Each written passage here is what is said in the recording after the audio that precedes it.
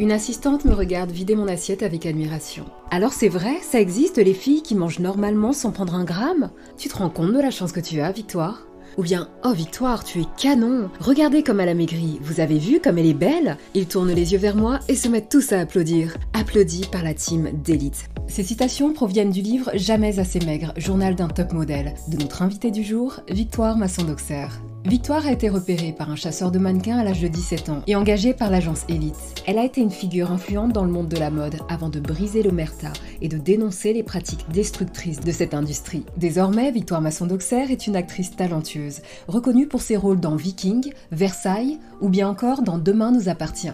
Elle est également engagée pour la promotion de la santé mentale.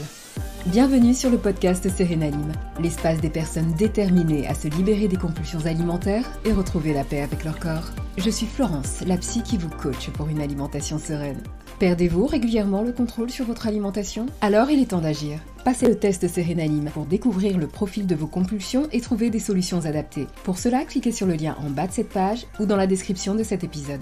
L'épisode d'aujourd'hui a lieu dans la perspective de la 8e journée internationale des troubles des conduites alimentaires. Il s'agit d'une initiative de sensibilisation créée aux États-Unis sous le nom de The World Eating Disorders Action Day. Sérénalim est partenaire de cet événement. L'un des objectifs de cette journée est de promouvoir les traitements efficaces pour traiter les troubles alimentaires fondés sur des recherches scientifiques. En France, cette journée est soutenue par la Fédération française Anorexie-Boulimie. Aujourd'hui, lors de notre échange, Victoire et moi vous aiderons à repérer les signaux d'alerte d'un trouble alimentaire. Vous découvrirez aussi comment elle s'en est sortie. Et restez bien avec nous jusqu'au bout, car nous vous offrirons des ressources pour vous aider vous aussi à vous en sortir. Bonjour Victoire, merci de nous rejoindre. Bonjour, merci de me recevoir. Alors pourquoi avez-vous écrit ce livre? Alors, c'est une grande question. Je pense que je suis toujours en quête de sens et de vérité de manière générale. Et comme j'avais vécu beaucoup d'abus dans le monde du mannequinat, j'ai voulu aider. J'ai voulu d'ailleurs m'aider moi-même en premier et ensuite aider d'autres en me disant que si mon livre pouvait aider ne serait-ce qu'une personne, ça donnerait du sens à mon expérience et donc à ma vie et que c'était important de toute façon quand on vivait des abus de les dénoncer. Et donc quand je parle d'abus émotionnels, physiques, financiers et donc notamment quand je parle d'abus émotionnels et physiques, c'est l'anorexie mentale que j'ai vécue en tant que mannequin. Et donc ce livre, Jamais assez maigre, que j'ai écrit en 2015, qui est sorti en 2016, et comme mon journal intime, enfin d'ailleurs c'est la retranscription de mon journal intime, d'une année de mannequinat et de ma descente aux enfers dans les troubles du comportement alimentaire, parce que je pense, enfin, et je sais malheureusement par expérience que c'est un tel enfer à vivre que c'est mieux de ne jamais tomber dedans. Et donc, c'est vraiment de la prévention en me disant que voilà, si ça tombe aujourd'hui dans les mains d'une jeune fille, j'ose espérer que bah, ça lui permette de peut-être ne pas tomber là-dedans à son tour ou à son entourage, de repérer peut-être des signes pour ne pas tomber dans cette maladie. Absolument Victoire. Et d'abord merci pour votre courage de partager votre expérience si profondément personnelle et douloureuse. Donc en effet, comme vous l'avez souligné, il est capital de repérer les signes d'alerte de l'anorexie et d'intervenir le plus rapidement possible. Alors l'anorexie, de quoi s'agit-il? Eh bien, il s'agit d'un trouble alimentaire qui se manifeste par une perte de poids excessive, avec une peur intense de grossir. Et les personnes qui en sont atteintes peuvent lutter activement contre la faim et être obsédées par leur poids, tout en souffrant d'une perturbation de leur image corporelle. D'autres signes peuvent également être présents, tels qu'un désintérêt pour les relations sociales et inversement un surinvestissement de la famille. Et des signes organiques peuvent aussi survenir, comme l'aménorrhée chez les femmes ou l'impuissance chez les hommes, puisqu'en effet, les hommes aussi peuvent souffrir d'anorexie. Ils forment 10% des personnes qui en souffrent.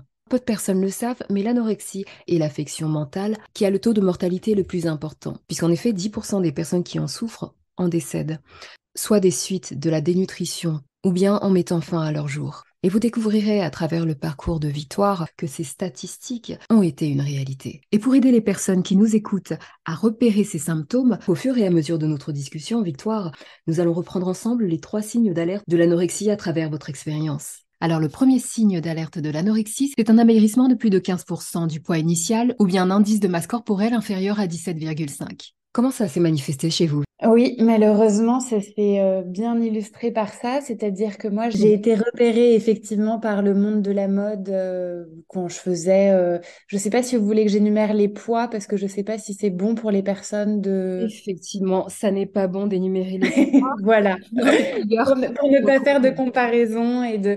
Mais j'étais très mince, voilà, pour ma taille, mais j'étais en bonne santé. J'avais un IMC, enfin, bon pour ma santé, ma taille, mon poids, etc. J'étais saine, je mangeais normalement, etc. Et en fait, quand vous entrez dans une agence de mode, on prend vos mensurations, donc de poitrine, de taille et de hanche. Et là, on m'avait dit au niveau des hanches, il faut perdre 3 centimètres. Et pour moi, 3 centimètres, c'était 3 kilos. Parce qu'à 17 ans, j'avais pas la notion, voilà, de ce que ça représentait. Et en fait, c'était énorme et j'ai Ouais. perdu ça en seulement 2 mois, en faisant quelque chose de stupide où vraiment je ne m'alimentais plus du tout.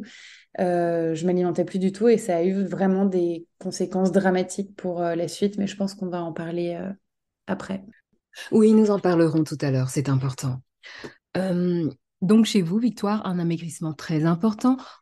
Le second critère de l'anorexie est une perte de l'appétit. Je mangeais très peu. En fait, j'avais une peur atroce de la nourriture parce qu'il fallait absolument que je rentre dans une taille 32 de vêtements, donc ce qui correspond à du 12 ans alors que j'avais 18 ans et donc il fallait plus que j'ai aucune forme.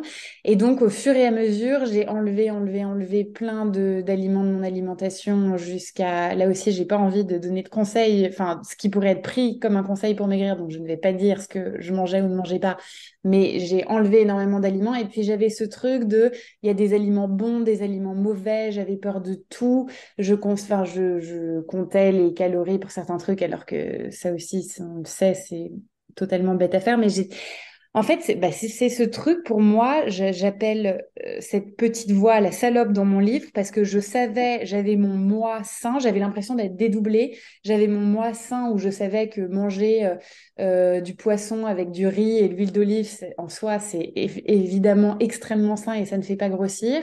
Mais la petite voix de l'anorexie me disait, si tu as le moindre filet d'huile d'olive, ça va te faire grossir. Alors que pas du tout, mais c'est la maladie qui contrôlait ma vie et donc tout me faisait partir dans des angoisses absolument monstrueuses où chaque repas allait être une angoisse. Du coup, ensuite, je pouvais plus aller manger avec des amis.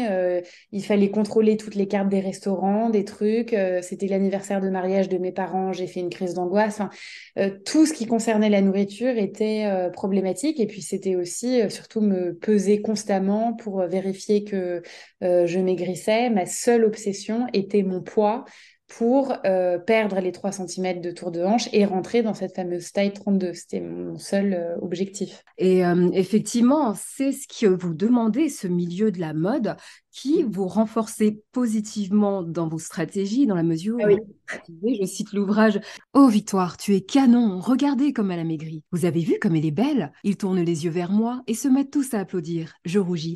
Je suis applaudie par la team élite. Et Ouais. vous êtes allé avec votre famille essayer des vêtements et la vendeuse aussi vous a dit que vous étiez très skinny, qui vous a renforcé positivement dans cette envie de perdre du poids parce qu'elle était admirative. Vous avez signé alors votre premier autographe. Ça vous a confirmé dans le fait de poursuivre vos efforts et cela a renforcé votre trouble alimentaire et votre désir de contrôle de votre poids. Vous voyez à quel point l'environnement peut jouer dans ce trouble du comportement alimentaire qui n'est pas que psychologique en tant que tel. Mais c'est ça qui est terrible et on en parlait juste avant l'interview là avec le Festival de Cannes. Je trouve ça honteux qu'on parle toujours du corps des femmes, qu'on nous ramène toujours à ça et qu'on nous dévalorise si une telle a pris 1 kilo, si on nous félicite si on a maigri, parce que c'est toujours dans ce sens-là. Et effectivement, moi, mon agence m'applaudissait carrément quand j'avais Oui. perdu du poids.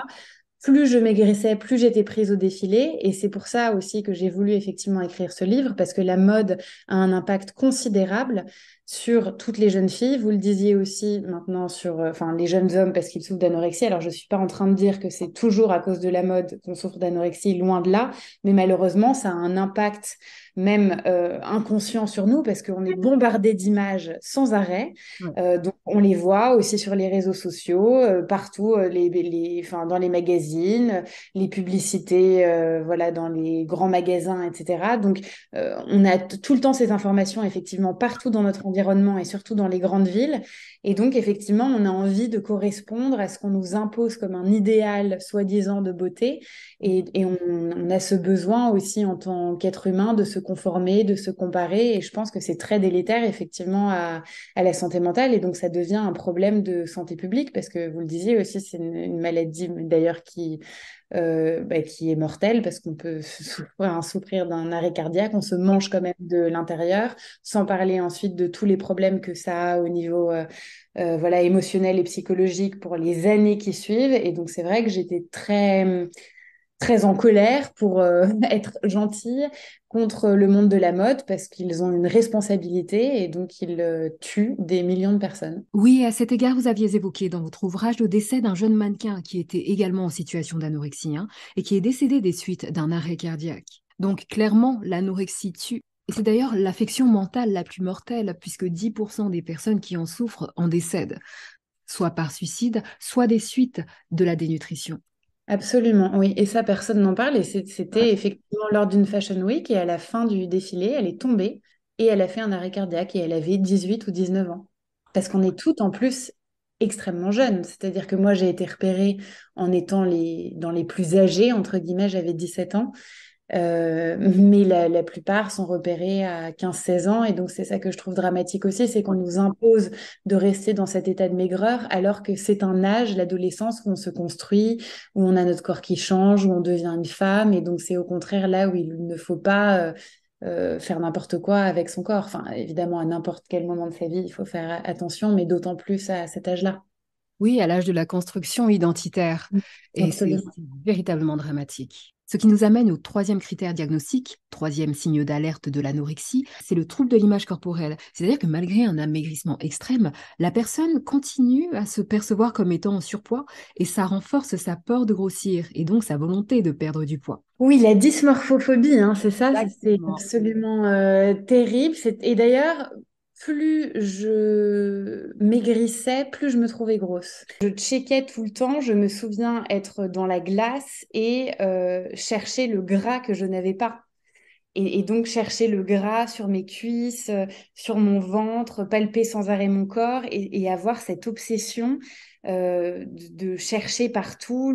Mais ça, c'est un des trucs les plus compliqués, j'ai l'impression, parce que ça crée en plus une complication avec le regard extérieur.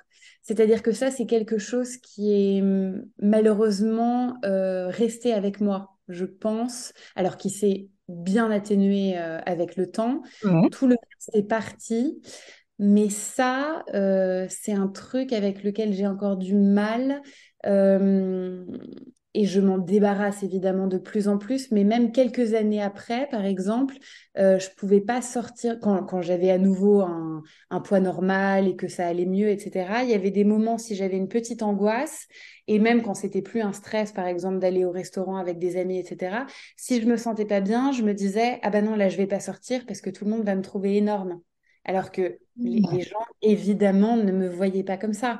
Mais c'est une des séquelles par rapport à l'aspect physique qui a duré le plus longtemps. Parce que je pense que ma vision a été tellement troublée, et parce que par rapport à ce qu'on disait juste avant, c'est l'âge de la construction identitaire.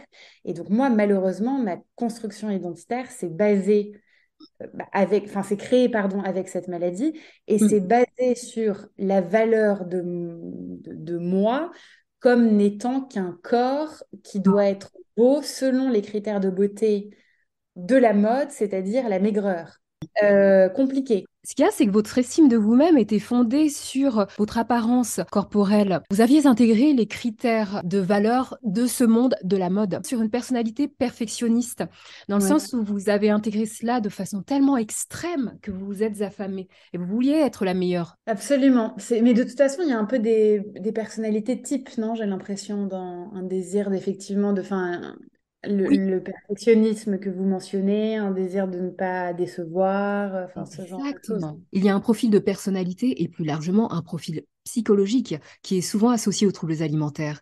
Des traits comme le perfectionnisme, une discipline rigide qui s'accompagne aussi d'une tendance à l'autocritique qui est exacerbée, hein. On observe aussi une hypersensibilité, pas seulement émotionnelle, mais aussi à la critique des autres, avec une propension à se comparer aux autres. Et de même, comme on le disait tout à l'heure, l'estime de soi est fondée sur l'apparence corporelle, notamment la minceur. Pour les femmes, alors que pour les hommes, ce serait davantage la musculature. Et enfin, je tiens à souligner un mode de pensée qui est le mode de pensée binaire que l'on observe souvent chez les personnes qui ont un TCA, c'est-à-dire la pensée en tout ou rien. Les choses sont perçues en termes absolus, bon ou mauvais, succès ou échec, mince ou gros. Vous voyez, vous étiez donc porteuse d'un terrain propice au déclenchement d'un trouble alimentaire, dans un contexte qui était particulièrement anxiogène pour vous, puisque vous n'aviez pas réussi les concours d'entrée à Sciences Po, et l'entrée dans la mode a été le déclencheur de vos troubles alimentaires, dans la mesure où vous avez intégré ces attentes qu'on avait de vous-même, en vous disant que vous n'aviez pas réussi Sciences Po, mais qu'en revanche, vous réussirez à être la meilleure des top modèles. Et vous vous êtes emparé de ce critère de maigreur pour finalement reprendre le contrôle sur votre vie, à travers le contrôle de votre poids. Je vous cite, je suis cette fille super maigre et super puissante qui sait parfaitement contrôler son corps, son appétit, son poids, sa vie, et je vais tout déchirer. Seulement, vous avez développé ce trouble alimentaire anorexique. Et c'est l'anorexie qui s'est substituée à votre volonté et vous avez donc perdu le contrôle. Ce que j'allais dire, c'est marrant parce que cette notion de contrôle est quand même très forte effectivement dans la maladie. Et quand on est, je pense, j'ai parlé au tout début de sens. Et je pense que quand on se sent perdu et en quête de sens, et vous le disiez, dans une grande sensibilité, dans un monde qui ne l'est pas forcément, on cherche effectivement peut-être cette notion de contrôle. Et quand on ne sait pas le faire sur les autres ou sur le monde, la seule chose qu'on peut maîtriser finalement, c'est son corps. Oui. Et donc, ça peut être n'importe quelle addiction finalement, que ce soit la nourriture ou l'alcool ou la drogue, mais on essaie de se rattraper à quelque chose finalement qu'on peut maîtriser quand on est totalement perdu par rapport au reste. Et c'est vrai que moi, quand j'ai débarqué dans le monde de la mode, où j'ai vu tant d'abus et de maltraitance, et c'était si loin du monde protégé duquel je venais, ça m'a fait un gros choc émotionnel. Oui, les troubles alimentaires sont un mécanisme de défense psychologique, c'est-à-dire que c'est une façon pour la personne de gérer son sentiment de stress et d'anxiété en exerçant un contrôle sur son alimentation et sur son poids. Cependant, cette méthode de contrôle engendre un cercle vicieux. Plus la personne tente de contrôler ses aspects, et puis elle se sent obligée de le faire. Donc c'est une addiction. Et pour briser ce cercle, une des options thérapeutiques les plus efficaces, ce sont les thérapies cognitives et comportementales. On les appelle les TCC. C'est une psychothérapie qui a pour but d'aider à identifier et à modifier les schémas de pensée et de comportement autodestructeurs pour la personne. Et de façon spécifique pour les troubles alimentaires, on travaille sur la modification des comportements alimentaires, mais aussi sur le rapport à soi, notamment l'estime de soi, l'image corporelle et la confiance en soi. Et à cet égard, la Haute Autorité de Santé en France recommande les thérapies cognitives et comportementales en première intention pour traiter les troubles alimentaires. Et à l'attention des personnes qui nous écoutent, il est important de noter que les traitements des TCA nécessitent une approche pluridisciplinaire qui combine la thérapie cognitive et comportementale, par exemple pour l'aspect psychologique, souvent un traitement psychiatrique, et un suivi somatique, c'est-à-dire par un médecin du corps, qui permet de soigner les effets des troubles alimentaires sur le corps. La boulimie entraîne effectivement des problèmes dentaires et gastro-œsophagiens du fait des vomissements, par exemple. Nous avons parlé tout à l'heure de malnutrition. Et bien évidemment, il faut un suivi nutritionnel, soit par une diététicienne, soit par un médecin nutritionniste. Donc vous l'avez compris, il s'agit de traiter les aspects corporels et psychologiques du trouble. Je mettrai en bas de cette page un lien qui mène vers le guide de recommandation de la Haute Autorité de Santé où vous trouverez les traitements fondés sur les sciences les plus efficaces pour traiter d'une part la boulimie et l'hyperphagie boulimique et d'autre part pour traiter l'anorexie. Et Victoire, votre expérience illustre parfaitement l'efficacité de cette approche. Quand vous êtes sortie de vos troubles alimentaires? Alors heureusement, j'ai demandé de l'aide, enfin dans le sens où j'ai été d'abord dans un hôpital psychiatrique pendant 3 mois et j'ai été suivie par un psychiatre. Et ça m'a évidemment énormément aidée et ça m'a sauvée de beaucoup de choses parce que j'avais quand même des pensées suicidaires. Enfin, j'ai d'ailleurs fait une tentative de suicide, hein, après mon passage dans la mode parce que je ne savais absolument pas comment me sortir de tout ça parce que après l'anorexie, j'ai souffert de boulimie. Et alors là, j'ai trouvé ça presque plus dur parce qu'à la limite, l'anorexie était valorisée et j'avais ce sentiment de superpuissance, etc. Et c'était associé à la mode. À l'inverse, la boulimie était associée à la honte. Et Ouais. donc, j'étais totalement tombée de mon piédestal. Et voilà. Et en plus, mon agence continuait de m'appeler en me disant, mais il faut revenir, tu vas continuer à faire les Fashion Week, les trucs, c'est pas grave, tu as 3 mois pour perdre du poids. Et je me disais, mais ça ne va jamais s'arrêter. Et je me sentais terriblement seule, je ne savais pas à qui m'adresser. Et donc c'est pour ça d'ailleurs que je milite beaucoup aujourd'hui pour dire, vous n'êtes pas seul, il y a toujours de l'aide, c'est OK de traverser des moments comme ça. Et on peut évidemment, oui, s'en sortir après. C'est juste que le parcours parfois peut être un peu long dans le sens où il y a des rebondissements. Ce psychiatre m'avait dit, c'est comme des grosses boucles et puis elles diminuent au fur et à mesure du temps et elles sont de moins en moins resserrées. Et c'est vrai, c'est ce qui s'est passé. Ensuite, ce qui m'a beaucoup aidé, c'est juste de déménager. Là aussi, l'environnement, le pouvoir de l'environnement. J'ai déménagé à Londres, qui pour moi est vraiment du coup associé à l'indépendance, la résilience, la liberté, la guérison, tout ce qu'on veut. Ça a changé ma vie. Et Mm. là, j'ai vraiment connu des années sans aucun trouble du comportement alimentaire parce que je pense juste de changer oui, de lieu. En fait, c'était derrière moi. Donc ça a été, enfin, j'ai pas envie de dire magique parce que j'ai fait un travail avant avec le psychiatre que j'ai vu ensuite j'ai continué à voir pendant un an. Mais je sais pas, je pensais plus à ça. J'étais aussi occupée par d'autres choses. J'étais dans mes études, j'étais passionnée par mes études, j'étais dans un autre environnement. Je me suis fait d'autres amis à qui j'ai pas du tout parlé de ça, de la mode. Donc j'étais aussi, en revanche, peut-être un peu dans le déni de ça d'une certaine manière. Parce que, en revanche, quand j'ai écrit mon livre, ça m'est revenu, mais vraiment comme un boomerang. Et ça, je n'avais pas pensé à ça, Ouais, parce que ouais. je me suis dit, bon, si ça aide des gens, tant mieux. Mais le problème, c'est que j'ai fait une promotion de 6 mois de ça, et ensuite encore plus quand c'est sorti dans plein de pays. Et d'ailleurs, on le voit au fur et à mesure des interviews, je ne fais que grossir, parce que la durée était en phase de chez mon éditeur, donc je pense que j'ai fait leur chiffre d'affaires de Ah, l'année.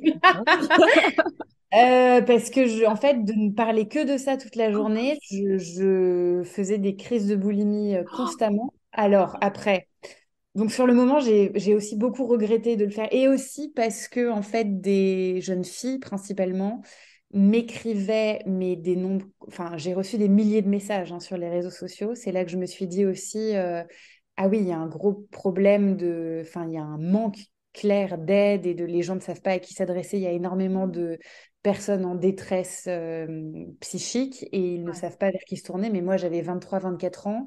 Des gens me disaient, vous êtes mon dernier recours, je vais mourir, aidez-moi. Moi, je ne savais pas comment aider chaque personne et je voulais répondre à chaque personne de manière ouais. individuelle. Donc ça a été très dur, mais Oui. ça m'a certainement, c'était une claque nécessaire. Ça m'a permis d'aller revoir une psychologue cette fois-ci et de refaire un travail peut-être beaucoup plus en profondeur sur plein d'autres choses. Et donc, et là, c'est donc TCC et c'est aussi donc beaucoup plus sur mes émotions. Parce que je pense que clairement, pour moi, en tout cas, en général un trop-plein d'émotions que je ne sais pas gérer. Mm. Et donc, l'anorexie, c'était je me coupe de toutes mes émotions et comme ça, hop, je n'ai pas à me laisser envahir parce que j'ai peur de ne pas savoir les gérer. Et la boulimie, c'était j'étouffe, j'étouffe, j'étouffe.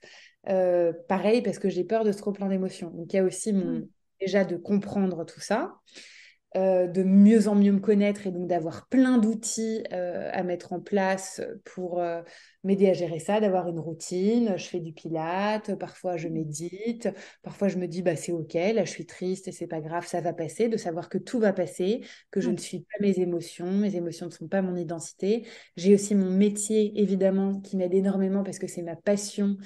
Et puis parce que aussi c'est un métier d'émotion, donc ça me permet d'explorer plein de choses et donc bah ça, je peux déborder là-dedans sans risque, j'ai envie de dire. Ouais. De faire ce travail évidemment avec ma psy, de trouver aussi des gens qui me correspondent, d'être entourée des bonnes personnes. Ça, j'ai fait un grand tri. Mm. Donc l'environnement aussi, encore une fois, compte beaucoup.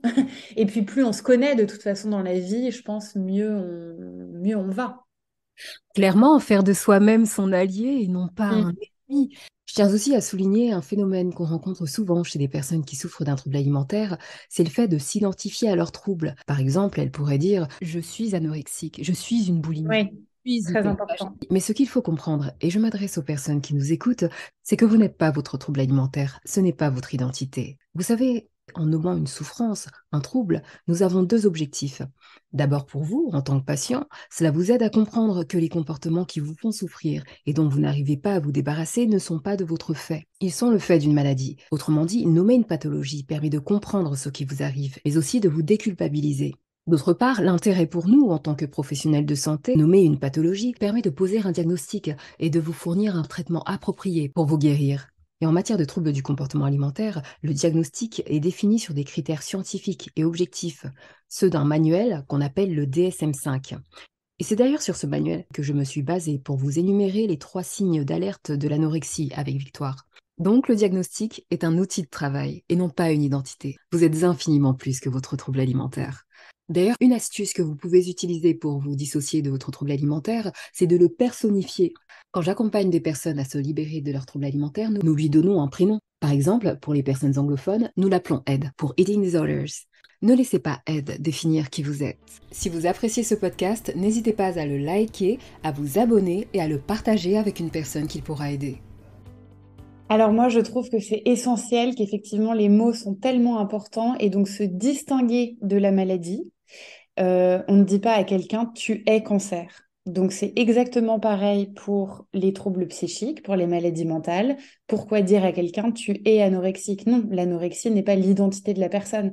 Et j'aime bien moi faire des petits dessins avec voilà quand on a un nœud d'émotion, eh bien le nœud d'émotion n'est pas au niveau de la tête. Il faut prendre ce petit nœud d'émotion et le mettre à côté pour se dire voilà effectivement ces émotions vont me traverser, mais elles ne sont pas moi. Et je pense que ça, c'est vraiment essentiel pour se dire, en revanche, c'est OK d'accepter, voilà, de vivre ça, que ce soit à un moment donné de sa vie, une maladie, une émotion. On a plein de choses qui nous traversent et on va ressortir, pardon, grandi. Mais nous ne sommes pas cette maladie, nous ne sommes pas cette émotion. Ça, je pense que j'ai compris ça en lisant un livre qui s'appelait Le pouvoir du moment présent d'Eckhart Tolle, qui est Oui. voilà, un classique, hein, mais j'ai lu ça à 24 ou 25 ans.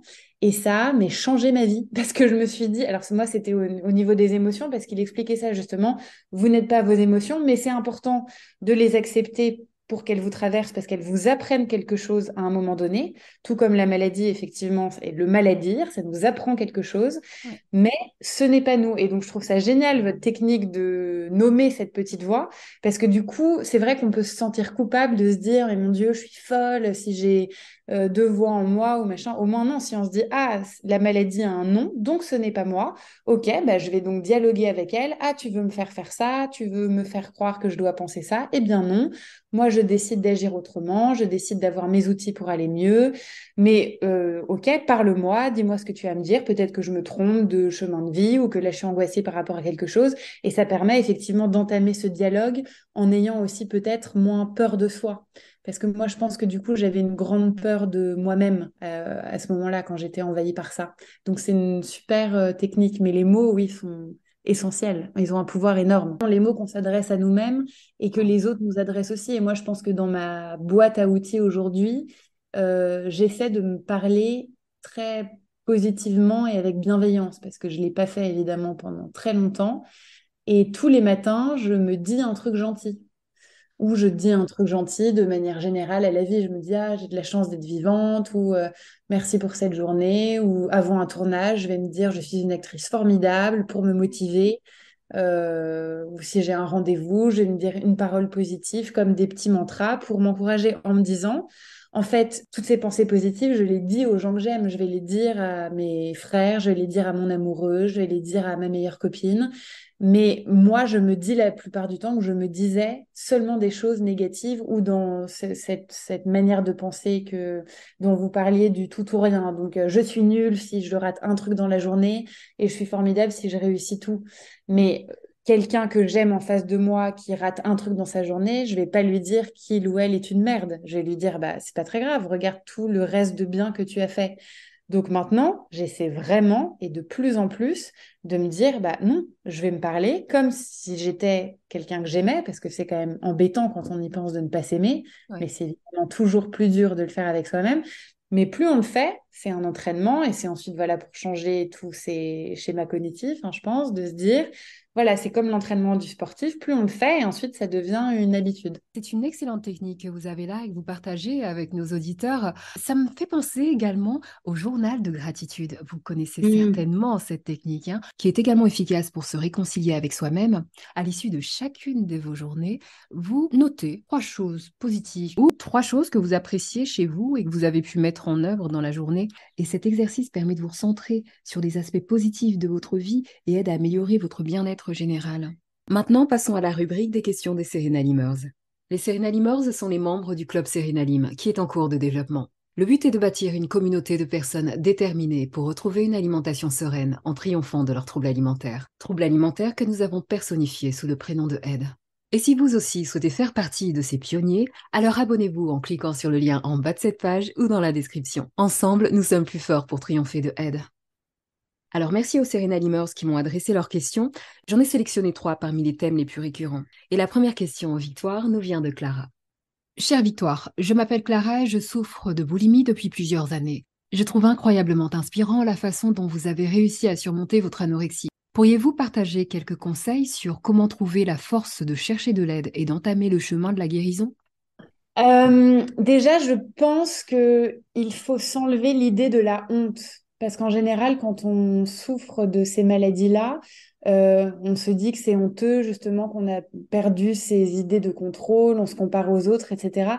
Mais on est énormément à souffrir de ça. Moi, je suis très ouverte à l'idée d'en parler, mais même au dîner. C'est-à-dire qu'en général, alors, je suis pas soudainement me lever et à dire j'ai souffert de ça ou en ce moment ça va pas, je suis dans une période un peu basse par rapport à ça.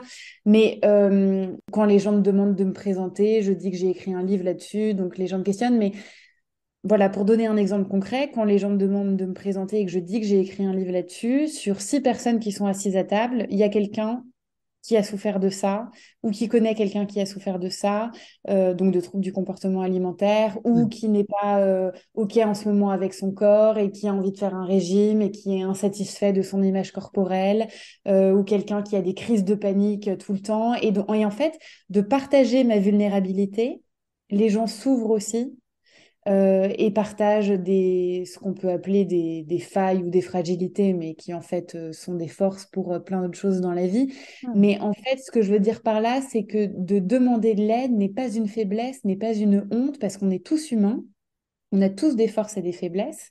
Et on se rend compte que la personne en face est normalement bienveillante et va accueillir ce partage en se disant, ah bah j'ai la possibilité du coup d'aider quelqu'un. Il faut juste effectivement choisir quelqu'un qu'on aime. Si on n'a pas envie tout de suite d'aller vers un professionnel de santé, on peut se dire, ah bah je vais en parler à un frère, une sœur, une amie, un parent.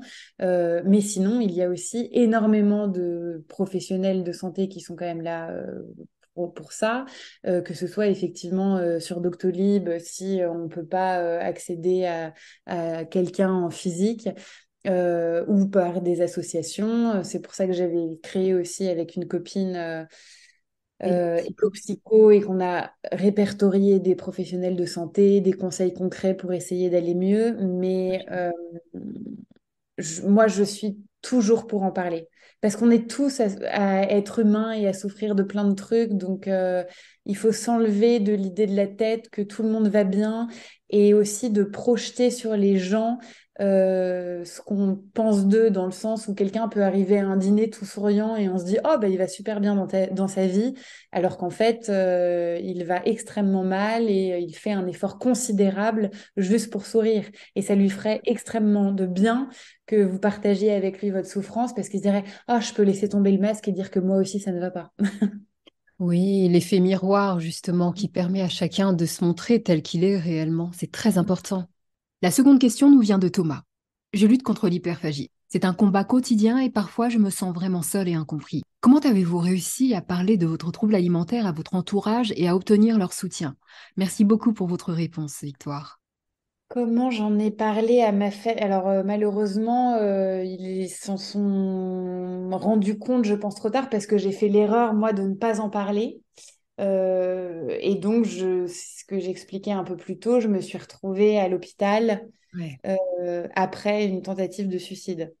Donc, je pense effectivement que c'est pour ça aussi qu'il faut demander de l'aide avant, que si on n'ose pas en parler, il faut sinon demander à un professionnel de santé. Et pour moi, c'est un truc aussi très lié aux émotions, en fait, à la gestion des émotions, parce que c'est quand on a peur de ce trop-plein d'émotions qu'on le gère soit par la nourriture, soit par d'autres choses. Mais donc, il faut se demander aussi là la question de l'environnement. Est-ce que ça arrive tout le temps au même endroit? Est-ce que ça arrive tout le temps entouré des mêmes personnes, suite à une situation précise? Et moi, maintenant aussi, une des techniques que j'utilise quand je sens que ça va monter, c'est vraiment, je mets un minuteur de 3 minutes sur mon téléphone, je ferme les yeux et je cherche l'émotion dans mon corps. Donc, pas du tout à l'intellectualiser, Hmm. mais à me dire, ah, où est-ce que c'est? Et en général, moi, c'est dans le plexus solaire. Et je me dis, OK, je vais laisser l'émotion partir. Et ça me fait un espèce de tuyau vraiment qui monte dans la gorge.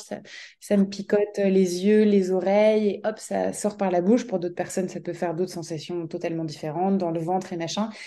Et ça part avant les 3 minutes du bip du téléphone. Mais j'essaie, en fait, pour me reconnecter à mon corps, de me dire, OK, je laisse l'émotion me traverser. Voilà. Mais ça peut être aussi le truc un peu plus d'étude, de se demander, est-ce que ça arrive toujours avec les mêmes personnes et machin. Mais parfois, comme on est pris dans la panique, quand on se pose ces questions-là, on veut surtout pas peut-être même connaître les réponses et du coup, on va effectivement aller se remplir de nourriture pour ne pas avoir à penser de ça. Donc, le truc de vivre son émotion dans son corps, ça peut aider aussi. De la pleine conscience au quotidien, Mm. n'est-ce pas? Bien ça, c'est un moyen excellent pour apprendre à gérer ses émotions et à faire face aux troubles alimentaires. Parce que ça permet une meilleure écoute des besoins corporels et ça peut aider à apaiser une relation difficile à la nourriture. Néanmoins, je tiens à souligner qu'il y a un timing à prendre en compte. C'est-à-dire que lorsqu'une personne est dans le vif d'un trouble alimentaire, le fait d'entrer en contact avec son corps par le biais de la pleine conscience peut s'avérer particulièrement stressant, notamment à cause du phénomène de dissociation. Donc ça, c'est une possibilité, hein, qui n'arrive pas toujours, mais que l'on entend fréquemment auprès de personnes qui ont dans le Oui, cas des et troubles puis moi, alimentaires. c'est-à-dire que je fais ça maintenant, après 10 ans, et j'ai vu des psys, etc. Donc c'est un travail qui est venu après. Oui, l'idéal, c'est d'introduire la pleine conscience dans un second temps, quand les symptômes se sont apaisés. Et là, on peut tirer le plein bénéfice de la pleine conscience, justement. J'ai été dans la dissociation pendant extrêmement longtemps. J'arrivais pas du tout. Et le théâtre m'a permis beaucoup de me reconnecter à mon corps. Et maintenant, en revanche, de faire beaucoup d'exercices comme ça et de pleine conscience. Et le Pilate dont je parlais. Et maintenant, j'ai créé aussi une nouvelle page sur Instagram qui s'appelle Emopi. Donc parce que je voulais lier justement les émotions et le Pilate pour être dans le mouvement, que ce soit de l'esprit ou du corps. Et je partage justement plein de techniques assez concrètes qui, moi, me font du bien mais qui sont encore une fois propres à mon parcours. Je mettrai le lien non seulement des Mobi, mais C'est gentil. également des lots psycho en bas de cette page ou dans la description. C'est important de se reconnecter à soi parce que le corps est un allié, quel que C'est soit ça, ce que c'est vous une ressentez. boussole. Absolument, c'est une boussole. Et d'ailleurs, vous l'évoquiez dans votre livre Victoire, lorsque vous participiez à ces cours d'essai de théâtre, vous vous sentiez pleinement à votre place et c'était viscéral. La question numéro 3 nous vient de Sophie. J'ai de l'anorexie depuis mon adolescence et maintenant adulte, je continue de lutter contre mes problèmes d'image corporelle et d'estime de moi. Comment avez-vous réussi à vous accepter tel que vous êtes après avoir surmonté votre trouble alimentaire? Et merci pour tout ce que vous faites. C'est gentil. Oui, ça c'est vrai que c'est une grande question. Alors là, je sais pas, vous allez me dire en tant que psy si c'est un bon conseil ou pas. C'est vrai que moi, au bout d'un moment, en fait, je me suis un peu fait violence parce que quand j'ai sorti mon livre, je me suis rendu compte que je donnais quand même beaucoup de conseils que je ne m'appliquais pas à moi-même. Justement, d'être gentil avec soi-même, de s'accepter tel qu'on est, etc. Et je me disais, mais moi, je fais pas du tout ça, en fait. Enfin, je suis très méchante avec moi-même. Je veux toujours perdre 2 kilos. Ça ne va pas. Et puis parce qu'il y a des périodes aussi où ça va mieux que d'autres. C'est-à-dire qu'effectivement, moi, quand je joue, par exemple, comme vous venez de l'évoquer, quand je me sens à ma place, je ne pense pas du tout à ça parce que je suis bien, je suis heureuse, donc je me sens bien dans mon corps parce que mon corps justement et ma tête sont pris par d'autres choses et donc je n'ai pas à me soucier de ça, entre guillemets. Ensuite, quand j'ai des périodes de creux, je me sens vide parce que je suis sans ma passion et donc il faut remplir avec d'autres choses. Et donc là, ma tête peut être prise à nouveau par cette anxiété, etc. Et donc, à un moment, après le travail que j'ai recommencé quand mon livre est sorti, je me suis dit, il faut que je puisse réguler justement mes émotions, enfin accepter les hauts et les bas, mais me dire, bah, je vais pas malheureusement toujours être sur un tournage parce que ça, c'est inhérent à mon métier. Donc, quand j'ai des moments de creux, il faut que je puisse accepter mes émotions, accepter aussi les changements, etc. Donc, à un moment, je me suis dit, OK, comment est-ce que je me sens bien dans mon corps? C'est à cette taille de vêtements, c'est à ce poids. Donc, étant donné que c'est sain par rapport à ma taille et mon poids, etc., c'est comme ça. Et je vais arrêter de me poser des questions et de toujours me dire, il faut perdre 2 kilos, il faut perdre 5 kilos, parce que sinon, toute ma vie, je vais me dire, je ne suis jamais assez. Donc, assez mince, assez belle, assez truc. Donc, il y a un moment, j'ai juste décidé de me dire, alors, je peux varier de 2 kilos, mais je me suis imposé ce truc de me dire à un moment, allez, voilà, tu es bien comme ça, là, tu es saine, tu peux manger de tout et tout va bien et tu te trouves bien, tu t'acceptes comme ça. Donc, il y a un moment, il faut lâcher ça et que ça arrête de te prendre la tête. Là, tu peux aller au restaurant avec tes amis, tu peux faire ton métier en étant en bonne santé et en étant choisi et en t'acceptant. Donc, il y a un moment où je me suis dit, stop. Eh bien, c'est intéressant parce que vous avez établi des repères internes fiables, fondés sur votre propre bien-être et votre poids santé, ce qui vous permet d'avoir une balise dont vous êtes passé du stade de l'ultra-contrôle tyrannique sur votre poids à un rapport plus souple à votre corps. Mais à côté de ça, vous vous rendez bien compte qu'il y a encore une insatisfaction corporelle qui subsiste et dont vous tenez compte malgré tout. Mais grâce à cette pulsion de vie qui a pris le pas, vous avez fermement décidé d'avoir un rapport sain à votre corps. Ça m'a tellement gâché la vie que je ne veux plus que ça me gâche la vie. Mais c'est pas pour ça, effectivement, que si j'ai 2 kilos en trop, je vais y penser. Après, je me dis, il y a aussi des gens qui ne souffrent pas d'anorexie. J'ai des copines qui n'ont jamais souffert d'anorexie. Quand elles prennent 2 kilos, elles ont aussi envie de les perdre. Mais je ne me dis pas, il faut que je les perde demain. C'est bon, bah voilà, il faut faire un peu plus attention, ça m'énerve, mais je vais pas faire un truc drastique. Je vais, comme tout le monde, voilà, faire un peu plus attention, peut-être un peu plus de sport, machin. Mais j'ai plus envie que ce soit une obsession. Je sais que ça pourrait facilement l'être, donc je me dis non, je vais quand même sortir voir des amis, je vais quand même. Mais il y a un peu une lutte, peut-être, enfin une lutte, le mot est trop fort, mais je me force pour me dire non, je ne veux pas que ce soit ma priorité parce que je veux vivre. J'aimerais que ce ne soit pas du tout dans ma tête, ça ce serait mentir que de dire que je n'y pense jamais. Aussi parce que je fais un métier d'image, Exactement, peut-être. vous voyez, hein, il faut encore le contexte. Et vous êtes désormais consciente de cette fragilité que vous avez, qu'il y a chez vous cette attention particulière sur votre image corporelle, le fait de ne pas vouloir prendre de poids. Vous vous réfrénez de façon à ne pas succomber. Je ne fais jamais de régime où je ne me restreins pas, ou parce que par exemple pour le cinéma, on ne me demande absolument pas de correspondre à un critère de beauté.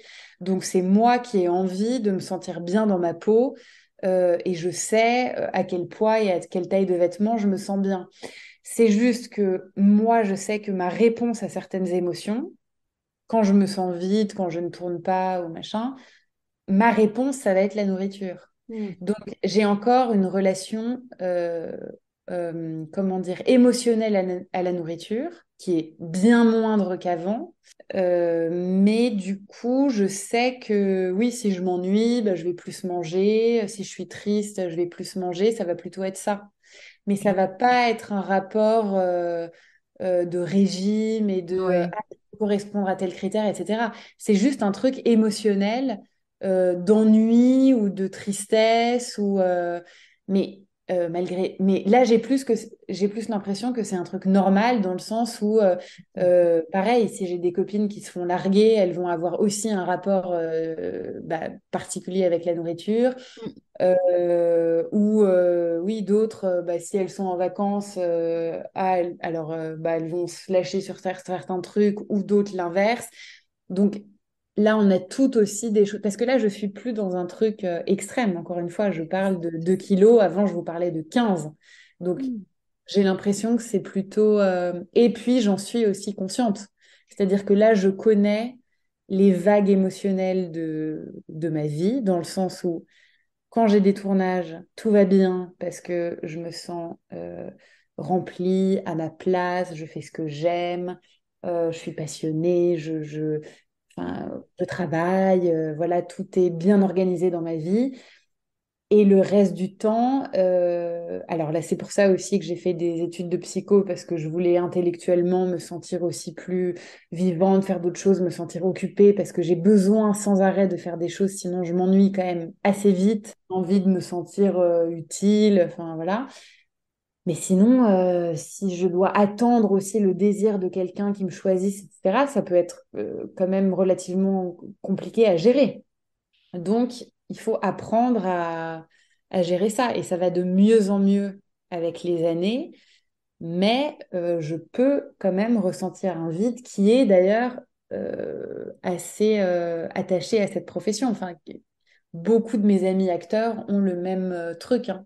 Alors, ils ne le gèrent pas forcément avec la nourriture, mais c'est avec d'autres choses, ou avec ça aussi d'ailleurs.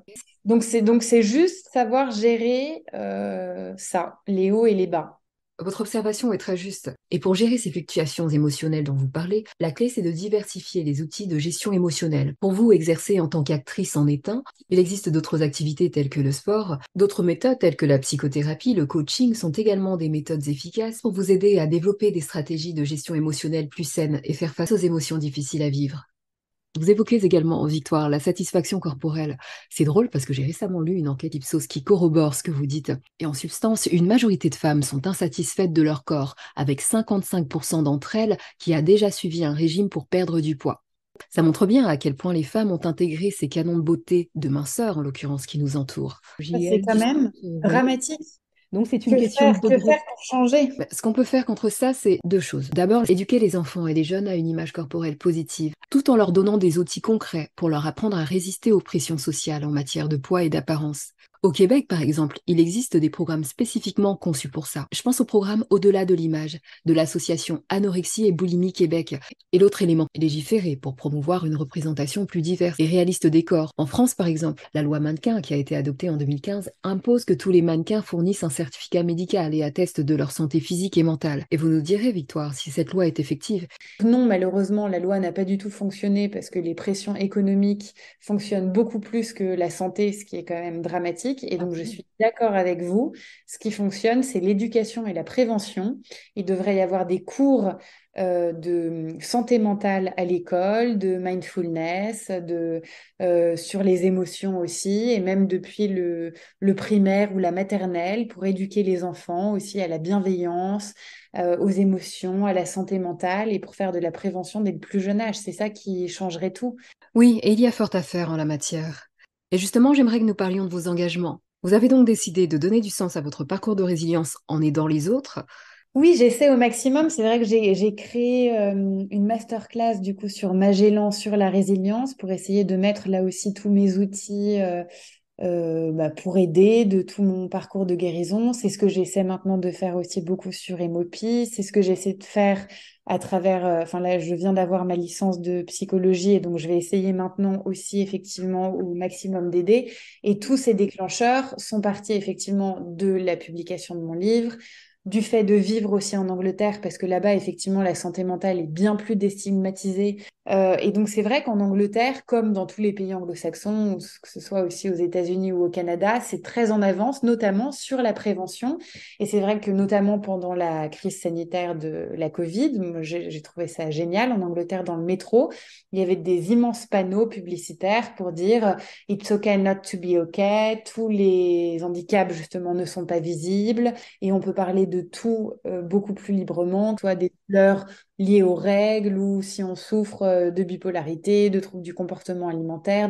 Il y a de tabous sur rien, en fait, si vous voulez. C'est-à-dire que même si vous allez à un repas, la personne qui reçoit va vous dire, ah, est-ce que tu es intolérante à un truc? Est-ce que tu es allergique à un truc? Donc, vous n'êtes pas gêné si vous allez dire, ah, bah, moi, je vais pas manger de gluten ou moi, j'ai de l'endométriose, donc je vais pas venir ce soir. Il va pas y avoir de jugement, alors qu'en France, tout de suite, effectivement, il y a ce jugement de ah, si quelqu'un souffre de dépression, bah, c'est un faible ou c'est un loser ou quelqu'un qui a choisi alors que déjà c'est quelqu'un de si privilégié. C'est comme moi j'ai entendu beaucoup ce truc autour des troubles du comportement alimentaire, que c'était presque un choix de gosse de riche pour attirer l'attention. Alors qu'aucune maladie n'est jamais un choix et c'est pas parce que ce n'est pas visible sur un scanner que ça n'existe pas.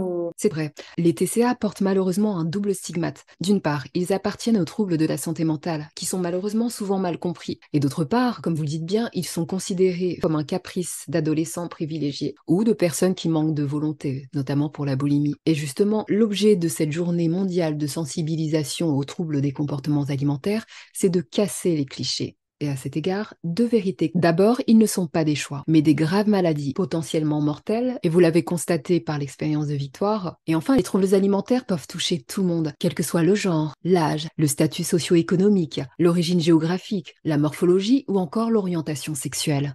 Donc, en matière de troubles alimentaires, il n'y a aucune discrimination. Ces vérités doivent être connues et comprises par tous pour mieux soutenir les personnes qui luttent contre ces troubles et pour contribuer à un environnement plus accueillant et moins stigmatisant pour eux. Donc si vous êtes concerné par un trouble alimentaire et que vous avez besoin d'aide, voici différentes sources. D'abord, un numéro de téléphone, la ligne Anorexie Boulimie Info Écoute au 09 69 325 900. 09 69 325 900.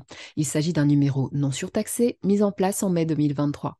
Je vous mets également le lien vers le site Anorexie et Boulimie Québec. Vous trouverez également dans la description les ressources que Victoire a partagées avec vous.